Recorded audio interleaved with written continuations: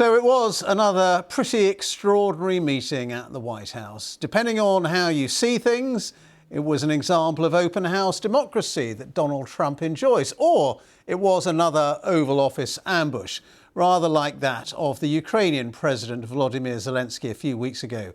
This time it was the South African leader, Cyril Ramaphosa, who was the focus of Donald Trump's attack. The US president insisting that white farmers in South Africa are the victims of a genocide, a suggestion that has, by the way, been widely discredited. Well, last week, a group of more than 50 white South African farmers arrived in the United States as refugees, welcomed in by the Trump administration. Today's meeting at the White House started off cordially enough, but soon President Trump told his staff to dim the lights and play a video to the South African leader, which he said verified his claims about the killings of white farmers. Here's some of that exchange, starting off with Cyril Ramaphosa talking about how he planned to discuss the matter with the US president. So it'll take him, President Trump, listening to their stories, to their perspective. That is the answer to your question. But, Mr. President, I must say that we have thousands of stories talking about it. Sure. And we have documentaries, we have news stories, and that. Is Natalie here, somebody here to turn that?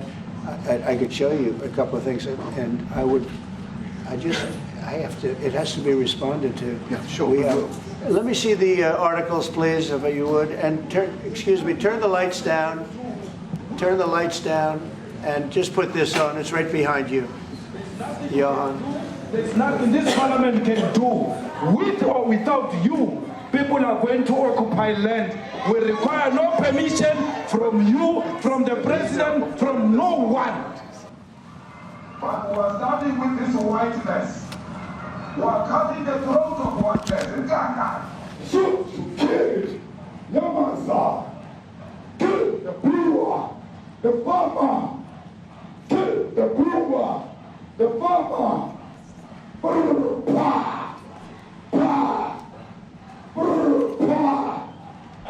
Shoot to kill. Come on, sir. Kill the poor, the farmer.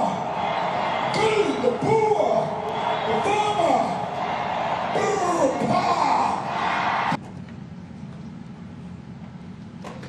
Now this is very bad. These are burial sites right here. Burial sites, over 1,000 of white farmers, and those cars are lined up to pay love on a Sunday morning. Each one of those white things you see is a cross, and there's approximately 1,000 of them. They're all white farmers, the family of white farmers.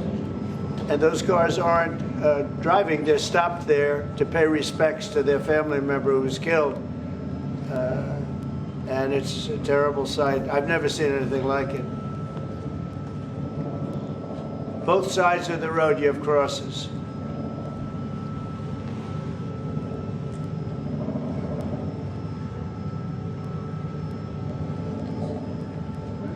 Those people were all killed.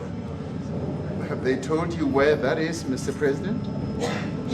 No, I'd like to know where that is, because this I've never seen.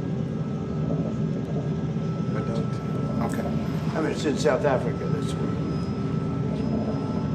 We need to find out. Thank you so much, President Trump, and it's Austin from EMCA in South Africa. Thank you very much. Thank you very much, Tim. What would you like President Ramaphosa to do about the situation that we've don't just know. seen on the screen? I don't know. Look, these are articles over the last few days. Death of people. Death. Horrible death. Death. I don't know. But you know that To pick anyone, white South Africans are fleeing because of the violence and racist laws. And this is all, I mean, I'll give these to you. No, I'd like So when you say, what would I like to do? I don't know what to do. Look at this. White South African couple say that they were attacked violently. And President Trump, when will you go and see for yourself if it is Well, I could do that. Look, here's burial sites all over the place. These are all white farmers that are being buried. Yeah, let me clarify that, because what you saw, the speeches that were being made, one, that is not government policy.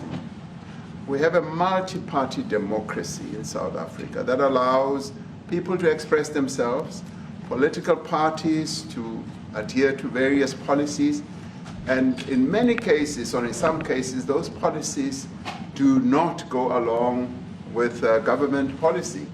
Our government policy is completely against what he was saying, even in the parliament. And they're a small minority party, which is allowed to exist in terms of our constitution. But you do allow them to take land. No. You do allow them to take land. Nobody can take land. And then when they take the land, they kill the white farmer. And when they kill the white farmer, nothing happens to them. No, there is nothing happens to them. There is criminality in our country.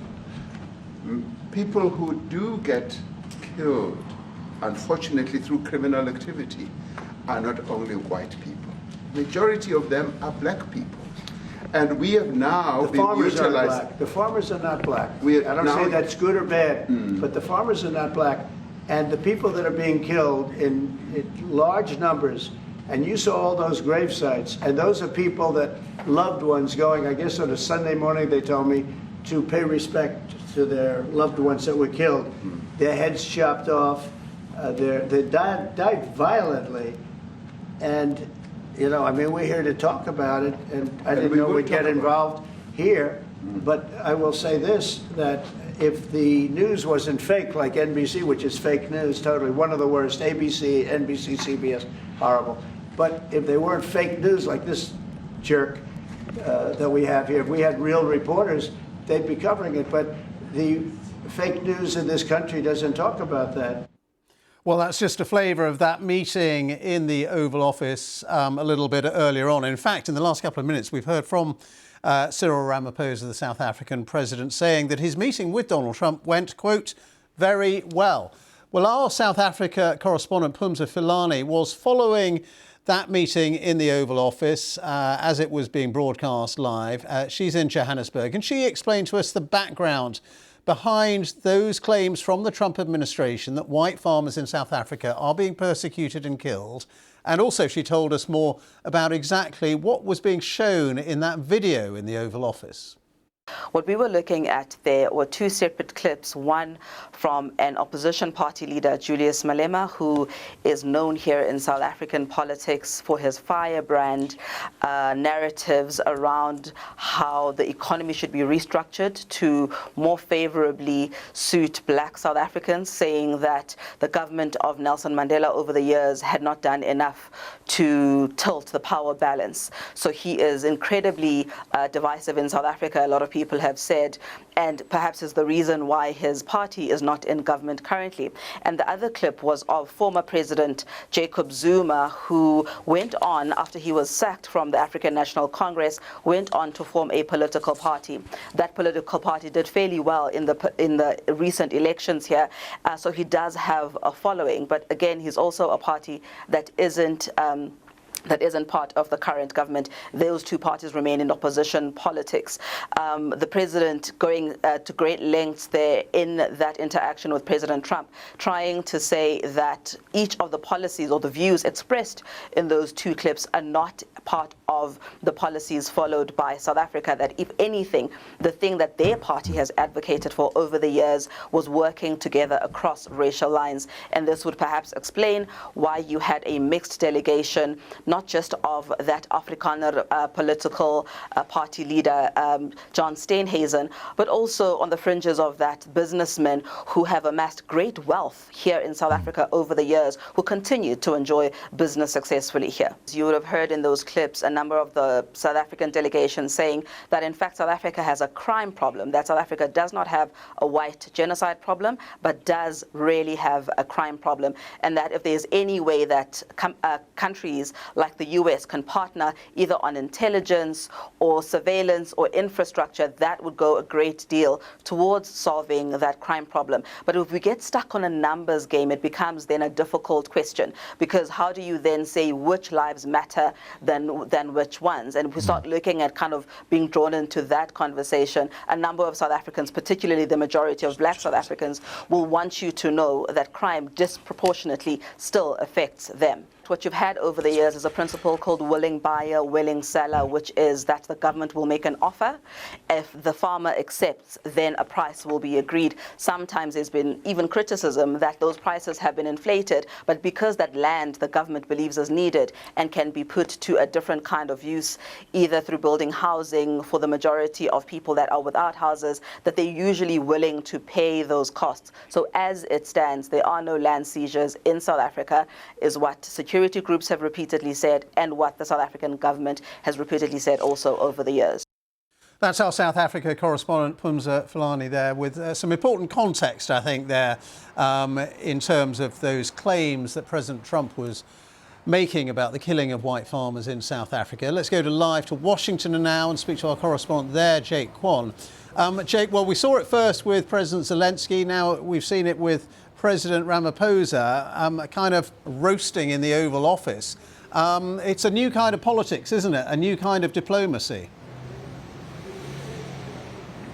Certainly, I think anybody who's watching this scene happening today will be thinking back to that awful scene in February when President Zelensky was in the Oval Office.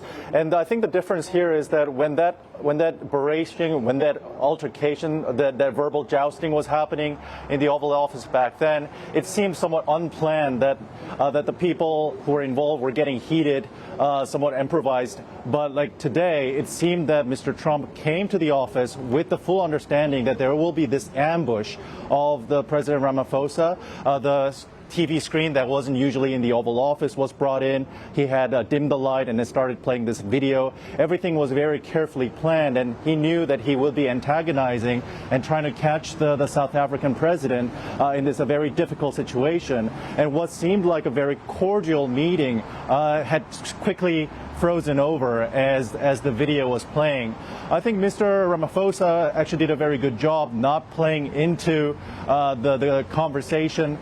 He remained very calm and gently pushed back on the idea. I think there was also a very clever bringing of the right delegation. Mr. Trump is someone who really enjoys these golfing, and he enjoys winners, and what's even better, winning golfers. So there were two champion golfers in that room who related their story, and they gently pushed back on Mr. Trump's narrative, and it really broke the tension a little bit. And I think his other ministers also brought up this very important point that these the radical people who were featured in the video are not part of the government. They're in fact considered part of a minority party who is considered fringe in the South African politics. So I think Mr. Ramaphosa did a very good job handling this a very unforeseen situation. Yeah, another extraordinary day in the White House. There are so many these days. Jake, thanks very much indeed. We'll be discussing that Oval Office more in the coming hour and on the context. But around the world and across the UK, you're watching BBC News, so do stay tuned.